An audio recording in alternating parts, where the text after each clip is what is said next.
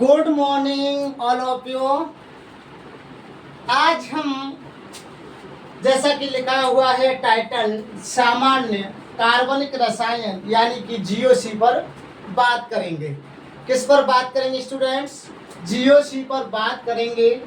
सामान्य कार्बनिक रसायन ये केमिस्ट्री की एक ऐसी आत्मा है कि अगर जीओसी अगर जिस पर आती है वो केमिस्ट्री के सारे कॉन्सेप्टों को यहाँ से समझ सकता है। ठीक है, तो 11th-12th वालों के लिए तो बहुत बड़ी खुशखबरी है कि हमने जीओसी की सीरीज स्टार्ट कर दी है और इस सीरीज को आपको लेक्चर बाय लेक्चर लेना है और सारे कॉन्सेप्ट क्लियर करने हैं। तो चलो देरी ना करते हुए जीओसी आपके सामने है। ये क्या है भाई? General organic chemistry. क्या बोलते हैं? General organic chemistry. ठीक है भाई, क्या हो गया? ये जनरल ऑर्गेनिक केमिस्ट्री है जीओसी। ठीक है, अब देखिए इसमें हम क्या करेंगे कि ऑर्गेनिक के बारे में जो सामान्य जो रसायन है, रसायन विज्ञान, उसके बारे में बात करेंगे। ठीक है भाई, तो चलो बात करते हैं आगे जी। इसको प्रेस करते हैं, इसको भी कर देते हैं। ठीक है, यहाँ डायरेक्ट टॉपिक लगा देते हैं जीओसी। ठीक है, हमने टॉपिक लगा दिया है GOC, general organic chemistry. General organic chemistry. ठीक है, ऑर्गेनिक केमिस्ट्री क्या बोल रहे हैं? इसको जनरल ऑर्गेनिक केमिस्ट्री बोल रहे हैं। ठीक है, चलो बात करते हैं। सबसे पहले हम बात करेंगे इलेक्ट्रॉन विस्थापन प्रभाव की बात करते हैं। तो यहाँ लिखते हैं मैं इलेक्ट्रॉन डिस्प्लेसमेंट इफेक्ट, यानी कि इलेक्ट्रॉन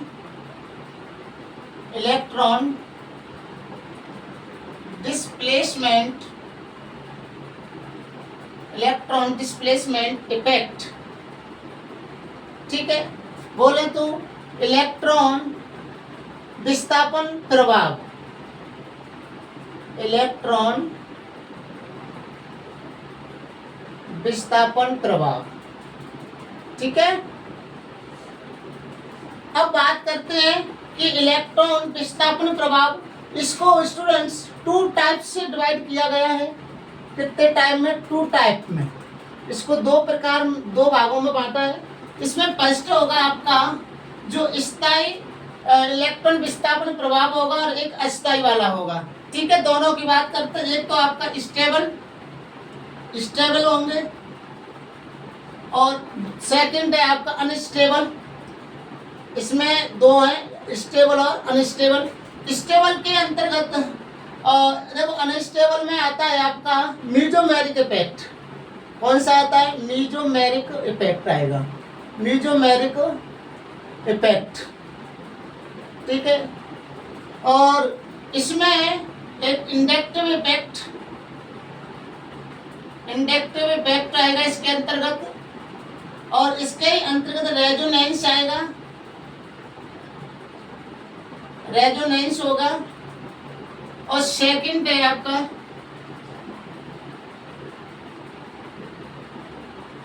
और थर्ड है आपका इसमें ए, बी और सी हाइपर कॉन्जुगेशन,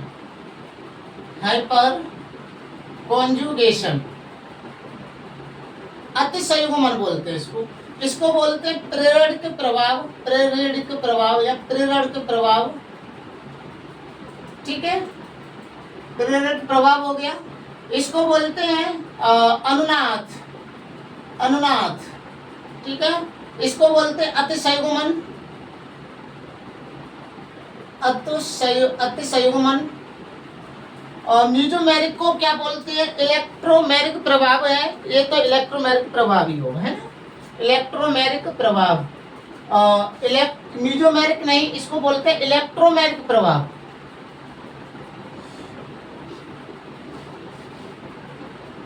इलेक्ट्रोमेरिक इफेक्ट। ठीक है स्टूडेंट्स, हिंदी में लिख सकते हैं इसको इलेक्ट्रोमेरिक इफेक्ट यानी प्रभाव।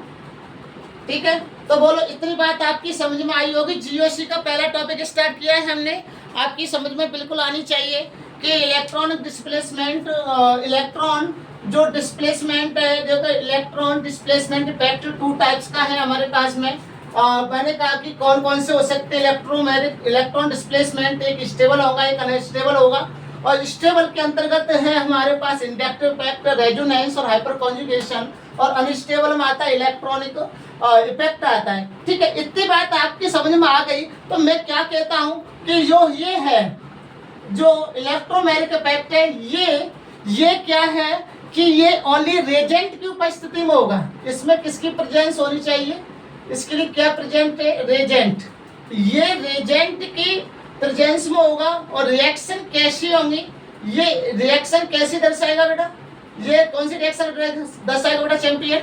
मैं कहूंगा सर ये तो आपकी दर्शाएगा एडिशन रिएक्शन, योगात्मक रिएक्शन दर्शाता है, योगात्मक अभिक्रिया दर्शाता है। ठीक है, इलेक्ट्रोमैग्नेटिक जो इफेक्ट है ये रेजेंट की प्रेजेंस में होता है और ये एडिशन रिएक्शन दर्शाता है। चलो बात करते हैं अब।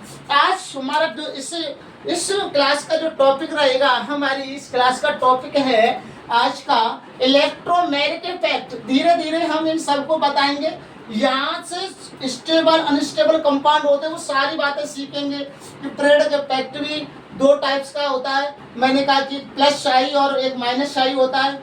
ऐसे ही अनुनाद होता है, रेजोनेंस तो बहुत स्टेबल है, जिसमें रेजोनेंस पाया जा रहा है वो तो स्टेबल ही रहेगा। ऐसे ही सेगुमन है, ऐसे ही आपका कौन सा इलेक्ट्रोमैग्नेटिक इफेक्ट है। चलो अब इसको बात करेंगे, इसको प्रेस करता हूं मैं।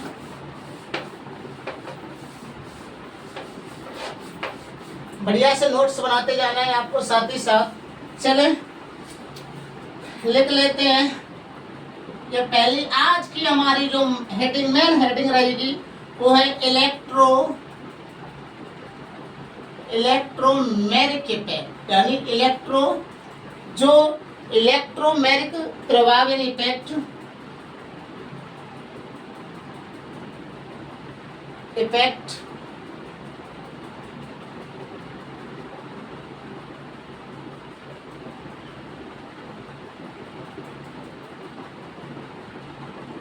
मैग्नेटिक प्रभाव। ठीक है भाई, ये है। देखो अब इसमें क्या होगा इसकी बात करते हैं। देखिए ये ओनली रेजेंट की उपस्थिति में, ओनली किसकी प्रेजेंस में? रेजेंट की प्रेजेंस में होता है। ठीक है, ओनली किसकी में? रेजेंट की प्रेजेंस में हो गया। चलो ये बात आपकी समझ में आ गई, रेजेंट की प्रेजेंस में हो गया। ठीक है, ये कैसा है? ये अनस्टेबल यानी अस्थायी है। ये इफेक्ट कैसा है? ये इफेक्ट बेटा होता है आपका अनस्टेबल होता है, अस्थायी होता है ना, अनस्टेबल होता है। ये भी बात आपको याद रहनी चाहिए। इसके साथ ही साथ अनस्टेबल हो गया। ठीक है, अब क्या होगा? ये एक क्या बात करेगा यहाँ से देखते हैं। तो देखो स्टूडेंट्स, मैं कहूँगा कि डबल बॉन्ड वाले जो होते हैं, यानी मल्टीपल बॉन्ड वाले, देखो मल्टीपल बॉन्ड वाले कौन कौन से हो सकते हैं? मल्टीपल बॉन्ड वाले कौन कौन से हो सकते हैं बताइए। देखो कार्बन डबल बॉन्ड, कार्बन हो सकता है मल्टीपल बॉन्ड, यानी कि यानी एक से अधिक होने चाहिए। कार्बन ट्रिपल बॉन्ड हो सकता है। ठीक है, कार्बन ऑक्सीजन जो कार्बोनिल होते हैं वो भी हो सकता है। और कार्बन और नाइट्रोजन जो साइनाइड है ये भी हो सकता है। ठीक है, ये है ना, ये देखो चारों देख रहे हैं आप, एल्कीन, एल्काइन, कार्बोनिल और साइनाइड। बोले तो एल्कीन, ये है आपका एल्काइन, ये है आपका कार्बोनिल। ठीक है भाई, कार्बोनिल, और ये है आपका साइनाइड। ये क्या दर्शाएंगे? ये इलेक्ट्रोमैग्नेटिक इफेक्ट दर्शाएंगे। ये क्या दर्शाते हैं? इनका कौन सा इफेक्ट होगा? कौन सा इफेक्ट है इनका है इलेक्ट्रोमैग्नेटिक इफेक्ट। इलेक्ट्रोमैग्नेटिक इफेक्ट है इनका। ठीक है, और ये सब ये कौन सी रिएक्शन दर्शाएंगे? रिएक्शन कौन सी दर्शाएंगे स्टूडेंट्स? बेटा कौन सी रिएक्शन दर्शाएंगे? ये आपके दर्शाएंगे एडिशन रिएक्शन, यानी कि बोले तो योगात्मक अभिक्रिया। बेटा योगात्मक रिएक्शन क्या कर रहे हैं, दर्शा रहे हैं। अरे प्रेजेंस है, प्रेजेंस इसकी, प्रेजेंस क्या है इसकी, रेजेंट, ये किसी न किसी रेजेंट की प्रेजेंट में होंगे। और ये कैसे हैं, ये अस्थाई हैं, अनस्टेबल हैं, ये अस्थाई हैं। ठीक है, ये कैसा इफेक्ट है, ये अस्थाई इफेक्ट है। बोलो ये बात समझ में आपके आनी बिल्कुल चाहिए, इतनी बात आपकी समझ में आनी चाहिए। ठीक है, इतनी बात समझ गए तो आगे बात करते हैं कुछ एग्जाम्पल की। पहले देखो इलेक्ट्रॉन नेगेटिविटी का ऑर्डर देखें। इलेक्ट्रॉन यानी ईएन, ज्यादातर इसी को मैं यूज करूंगा और आपको भी याद रखना है ईएन क्या, इलेक्ट्रॉन नेगेटिविटी, यानी कि इलेक्ट्रॉन नेगेटिव है तो ईएन का हो गया। देखो मैंने याद क्या है, फोन क्या है आपका, फोन है Cl है। सबसे ज्यादा इलेक्ट्रॉन नेगेटिव कौन, क्लोरीन, फिर कौन ऑक्सीजन, फिर कौन नाइट्रोजन, फिर कौन Cl। लगभग नाइट्रोजन और ऑक्सीजन की इलेक्ट्रॉन नेगेटिविटी लगभग बराबर होती है, ये भी आपको याद रखना है फोन। ठीक है, चले बात करते आगे। इसको प्रेस करूं मैं, करें क्या सर, कर दो अब तो कर दो सर, बिल्कुल करते हैं। ठीक है,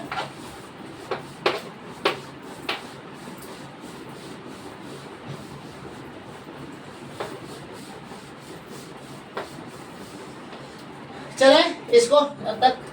अब देखो स्टूडेंट्स क्या होने वाला है मेरे पास में, एक बढ़िया सी बात है। जब पाई बॉन्ड का इलेक्ट्रॉन या दोनों एक तरफ चले जाते हैं, है ना। देखो कैसे कहें इसको, क्या है ये, जो पाई बॉन्ड के इलेक्ट्रॉन है, पाई बॉन्ड के इलेक्ट्रॉन यानी कि पाई बॉन्ड के इलेक्ट्रॉन, ये पाई, ये है मेरे पास में कार्बन, इसमें एक सिग्मा और एक पाई है ना, एक पाई और एक क्या है सिग्मा। और बोले तो ये बॉन्ड है, ये इलेक्ट्रॉन है तुम्हारे, ये इलेक्ट्रॉन है, तो पाई में कितने इलेक्ट्रॉन, 2 इलेक्ट्रॉन। तो यानी कि पाई बॉन्ड के इलेक्ट्रॉन या दोनों इलेक्ट्रॉन कौन कौन से, ये इलेक्ट्रॉन और ये इलेक्ट्रॉन किसी अन्य परमाणु पर चले जाते हैं, अन्य परमाणु पर चले जाते हैं। ठीक है, चले गए साहब, सर चले गए। अब चले, मान लीजिए ये है ये मानो आप लोग, जैसे मान लीजिए इसने बेचारे ने ले लिया। अब भैया लिया है तो इसने लिया, अब इसने दोनों के दोनों इलेक्ट्रॉन लिए हैं ना, तो इसने लिया है तो इसके पास में माइनस, और इस बेचारे कार्बन ने दिया है अपना इलेक्ट्रॉन, तो इसके पास क्या हो जाएगा प्लस। तो सीधा से कह सकता हूं जिसने इलेक्ट्रॉन एक्सेप्ट किए हैं वो तो आपका क्या हो जाएगा, वो हो जाएगा आपका माइनस वाला, और जो जिसने दिया है जिस कार्बन ने, वो हो जाएगा आपका प्लस वाला। तो परमाणु पर चले जाते हैं तो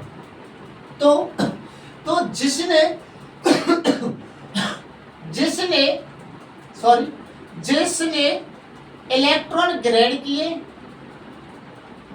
किए वो क्या है आपका, वो है माइनस। ठीक है, वो कौन सा हो गया, नेगेटिव। तथा जिसने दिए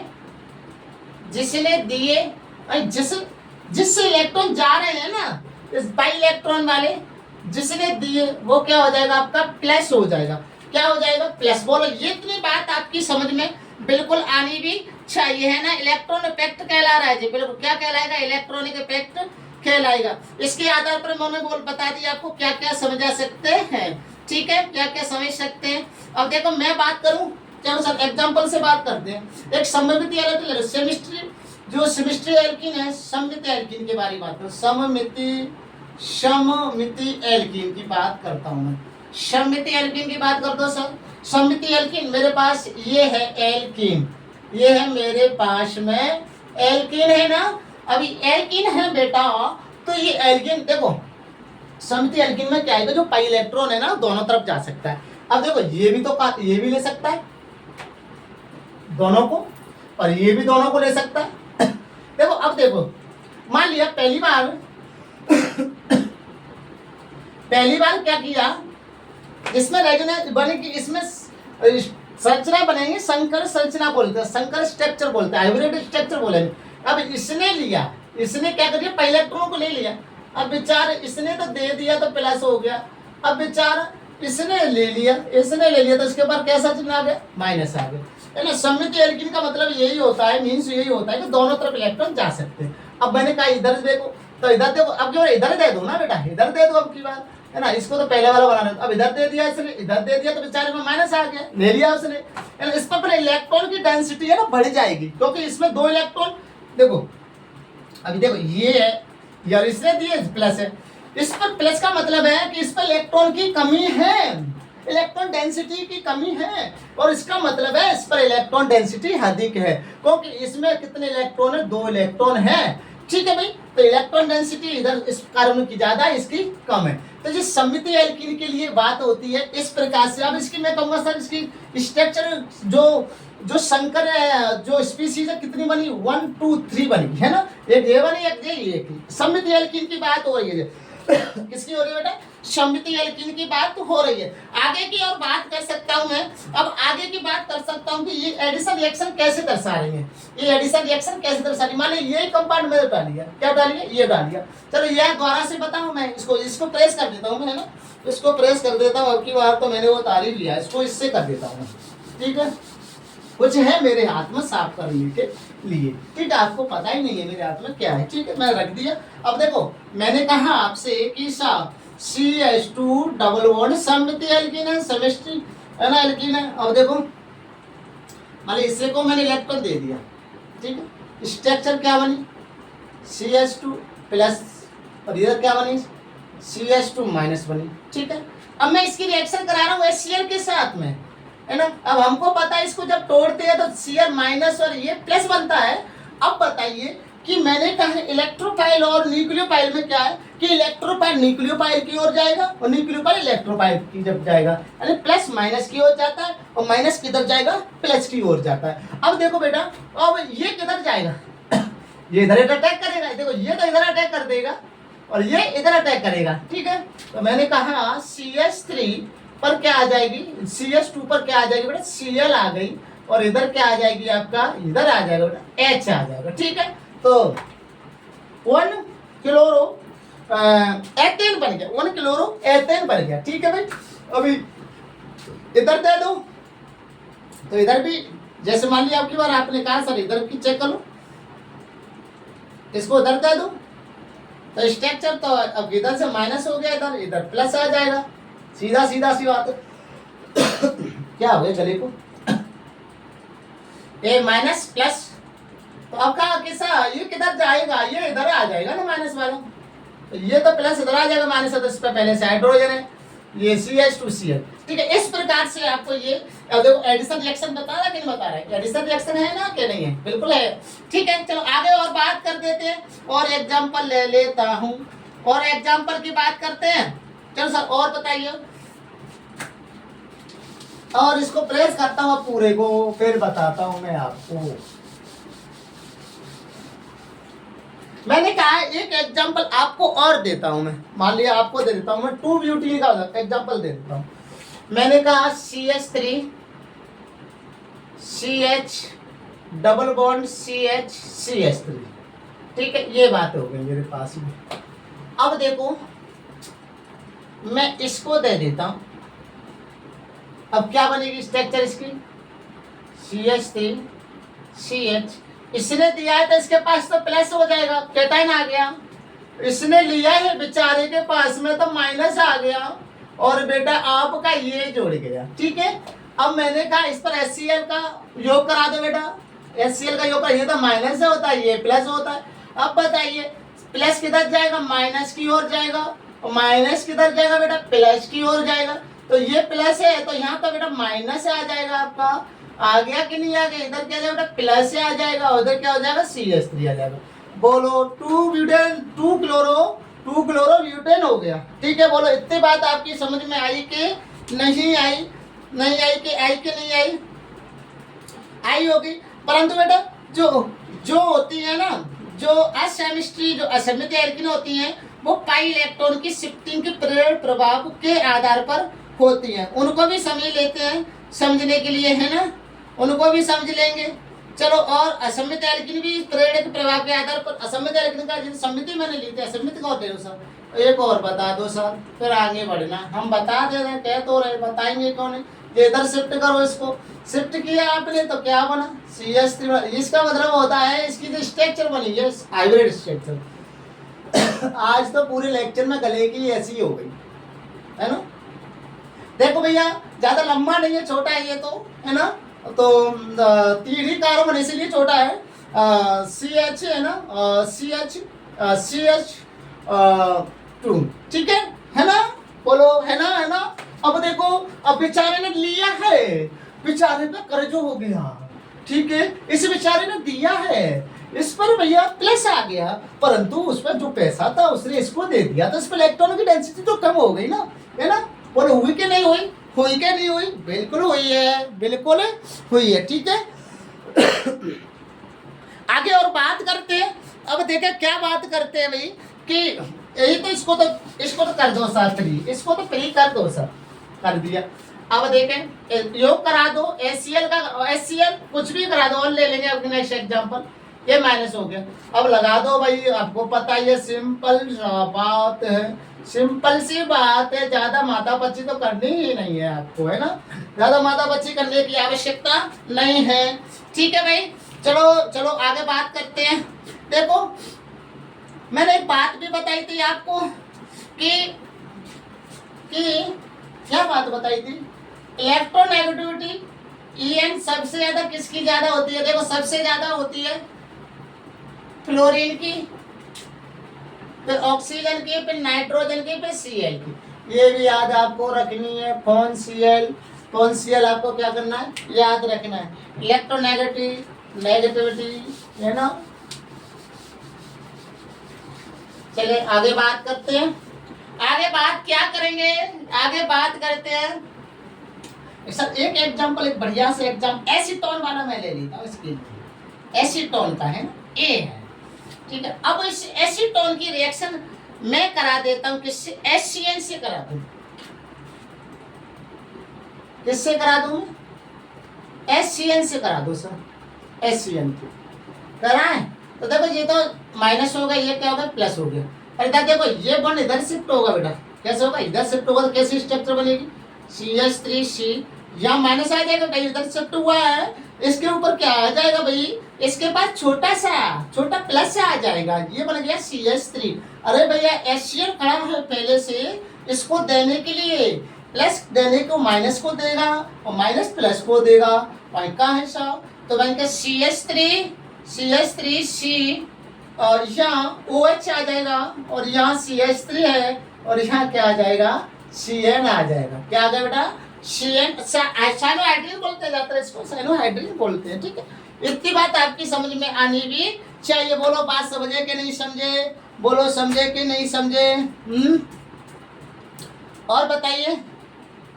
देखो ऐसे ही एक जिसमें एंटी मार्कोनिकॉफ का नियम भी इसमें यूज होता है, जैसे BH3 है, तो BH3 जहाँ पर हाइड्रोजन की संख्या कम होती है, मार्कोनिकॉफ का नियम क्या कहता है, मार्कोनिकॉफ का नियम क्या कहता है, जहाँ पर हाइड्रोजन की संख्या पहले से ज्यादा वहाँ पर हाइड्रोजन शिफ्ट। एंटी मार्कोनिकॉफ का नियम क्या कहता है, कि जहाँ पर हाइड्रोजन की संख्या कम वहाँ पर हाइड्रोजन को ऐड करना है, ये एंटी मार्कोनिकॉफ का नियम कहता है, ठीक है। बोलो इतनी बात आपकी समझ में आ गई कि नहीं आई, आ गई होगी, बिल्कुल आ गई होगी, ठीक है। तो देखो इतनी बात आपकी समझ में। एक एग्जांपल मैं और देता हूँ आपको, बहुत अच्छा सा एग्जांपल है। ग्रीनहार्ड रिएजेंट ले लेता हूँ मैं, क्या ले लेता हूँ, ग्रीनहार्ड रिएजेंट की ले लेता हूँ। ग्रीनहार्ड रिएजेंट ले लो सर, ग्रीनहार्ड रिएजेंट को भी। ये तो पहले मैं इसको कीटोन है, इसी को मैं लेता हूँ, फिर ले लेता हूँ मैं तेल मैग्नीशियम। Cl ले लेना है ना, कि नहीं ले, सही यही ले लें कि नहीं, MgBr ले लो, कुछ भी ले लो बेटा, कुछ भी ले लो, Cl ले लो, Mg ले लो, Br ले लो, फ्लोरीन ले लो। फ्लोरीन तो आता नहीं ज़्यादा है, इसलिए हम यहाँ Br ले लेते, कोई बात नहीं। हाइड्रोजन भी तो ले सकते हैं, हमें पता है। इसको यहाँ तोड़ेंगे तो ये माइनस समझ आएगा, ये हमें पता है Mg प्लस में होता है हमेशा, है ना। तो अब क्या करेंगे, ये तो यहाँ शिफ्ट हो जाएगा, तो सिंपल सी बात है, जोड़ सकते हैं। यहाँ माइनस पे तो MgBr ही आएगा, और यहाँ पर CH3 आएगा, और यहाँ पहले से क्या है CH3 है।